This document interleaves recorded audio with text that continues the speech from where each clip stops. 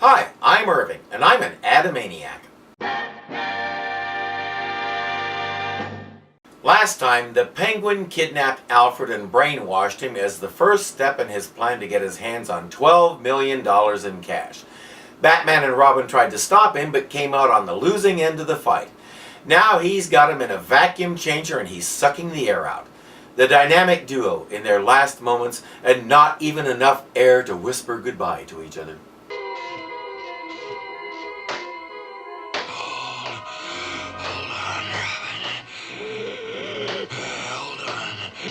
Still breathing. How in the name of purple wombats did they manage that? I would bet if I did a Google search I'd find a 60s band called Purple Wombats. If there wasn't one, there should have been. These goons keep pumping and eventually the last balloon pops. They're done for! They're both of them done for! Hooray! Hooray! Oh, fondest dreams! Oh, secret hopes! At last! I have defeated the dynamic duo! What are we standing here for? Off we go! Off we go! But boss, don't we gotta get rid of the bodies? Yeah! First things first. First we establish an alibi, and then we destroy the evidence. Move, Alfred. Make sure you leave without even checking the bodies. That way we know when you get back there won't be any. But how?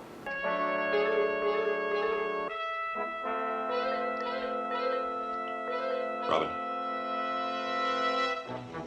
Wake up, Robin. Oh, like that. He just wakes up and everything's fine. And once I freed Robin, I carried him out of Penguin's vacuum tank to the Batmobile, and here we are. Well, I can understand how you got away, but one thing puzzles me. You say it was a vacuum tank. If so, what did you breathe? He breathed air, Chief.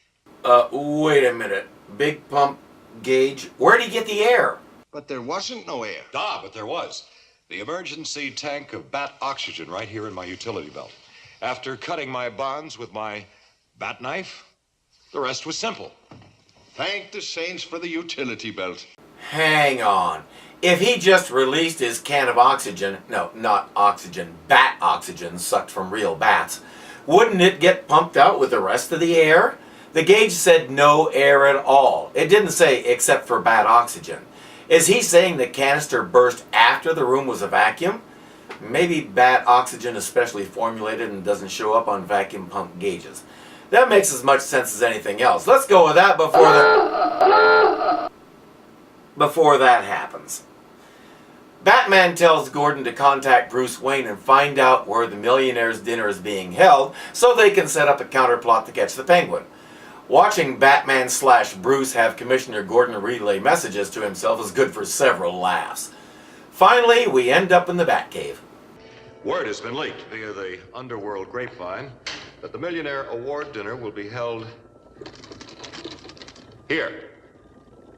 Wayne Manor. But it will not be held there. Instead, it will actually be held here, in the captain's dining salon aboard the flagship of the Wayne steamship line, the Gotham Neptune. I'm assuming Batman saw that since he's been watching Alfred out of the corner of his eye the whole time. If you'll excuse me, I have much to prepare. The menu for the banquet. Everything from caviar to crepe Suzette. Not to mention the giant cake out of which will pop the young lady chosen to represent the charity this year. Yes, indeed, sir. They can tell there's something wrong, but they're not sure what to do. Upstairs, Alfred answers a phone call. Mr. Wayne's residence, Alfred speaking.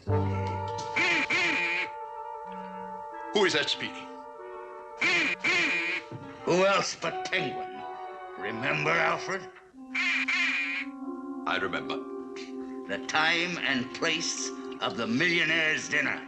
Alfred tries to resist, but the brainwashing is too strong and he tells the Penguin everything, including which charity is supposed to get the money and hence who's supposed to pop out of the cake. He then makes Alfred forget everything. Penguin and his gang replace his girl with the one who's supposed to be representing the charity just as Batman arrives to escort her to the dinner.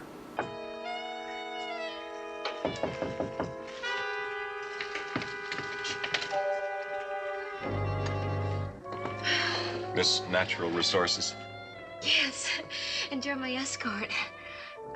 I'm so thrilled. I trust you like orchids. I love them.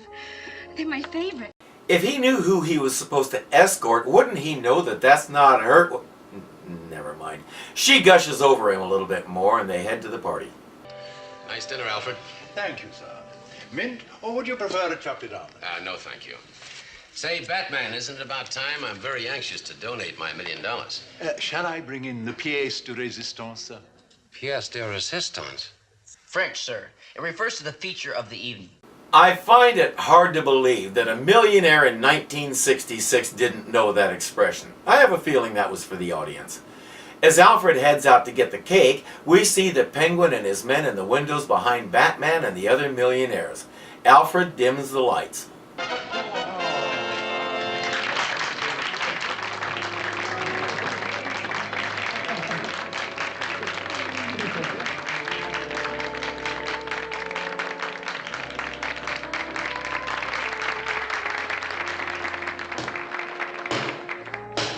You may come out now, young lady.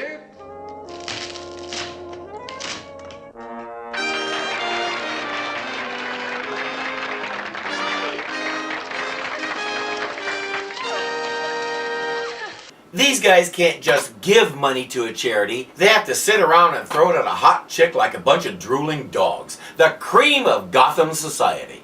She has an appropriate response. Millionaires Row. Down they go like diamond-studded 10-pins. And you have to love how the rest of them see what's happening to their buddies, but they just keep throwing money until she gets to them. Nobody tries to get away, not even Batman and Robin. I didn't think she was that mesmerizing. And in 1966, I had no idea why they were doing any of that. Batman, Master Robin, oh, what have I done?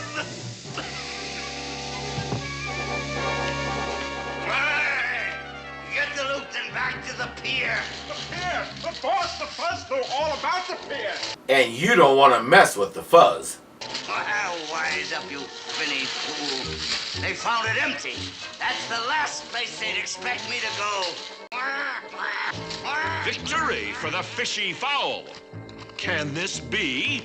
Unmoving, silent, the caped crusader and the boy wonder. Oh, gloom! Oh, doom! I left that in just because it's been a very long time since I heard anybody say, oh gloom, oh doom. At the pier, all the men are talking about what they're going to do with their cut. But Penguin's girl isn't happy. I cheated, and you cheated, and that's for charity, not for cheat. Oh, who's gonna save our natural resources now? Who's gonna save our natural resources now? Natural resources like all those resources, and they're natural. Who's gonna save them? Good girl! Apparently, God approves. Well spoken! Oh, it's not God, it's just... The dynamic duo! You were expecting Iron Man? You have learned your lesson. Crime never pays. Batman. It can't be. We gassed you at the party. We prepared ourselves beforehand with anti-penguin gas pills. Because of course they have them. Penguin gasses Fenella and the fight begins. It has a very different ending this time. I may have a new favorite word. Flurb!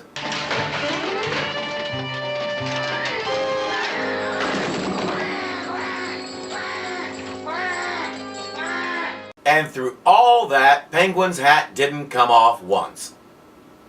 We return to stately Wayne Manor.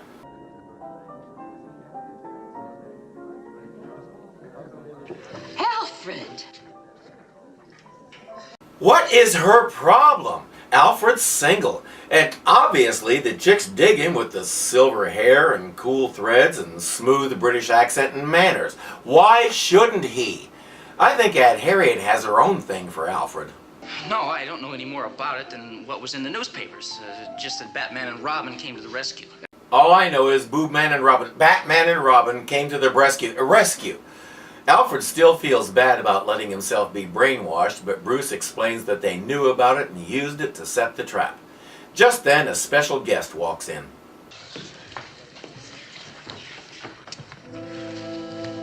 I see that you got my invitation, but I never thought that you could make it. I brought it on for the party myself. I'm so happy to be here. And, oh, thank you for the coat. I don't deserve it. But we millionaires decided that you do. After all, did you not assist Batman and Robin in capturing the... Please, don't mention his name. When I think that I almost helped him get away with all those millions. Almost, but not quite, little lady. That's why we managed to get permission for you to come here. Now, she didn't actually do anything that bad. She gassed a few guys and that was it. Then she turned state's evidence and helped put the Penguin away. But she still has to go to jail. Why? That sounds like a railroad job to me. She should get off pretty well scot-free. But apparently she's okay with it. She just has one regret. Batman, such a wonderful person. Mr. Wayne, do you think that I'll ever get to see him again? Who knows, my dear? Perhaps someday you may. Now, may I help you with your wrap? And that's it for season 1. It was... Next week, Batman faces the Catwoman. No, he doesn't. That's the end of the season. And he doesn't face Catwoman again until week 2 of season 2 anyway, so shut up. This season started in January of 1966 and wrapped up in May. 2 months later, a film came out based on the show. It didn't do all that great, but it drew enough attention to the show to keep the public's interest, which is how we got 2 more seasons. So before we go on to season 2, we'll take a look at the movie. Until then, I'm Irving and I'm an Adamaniac.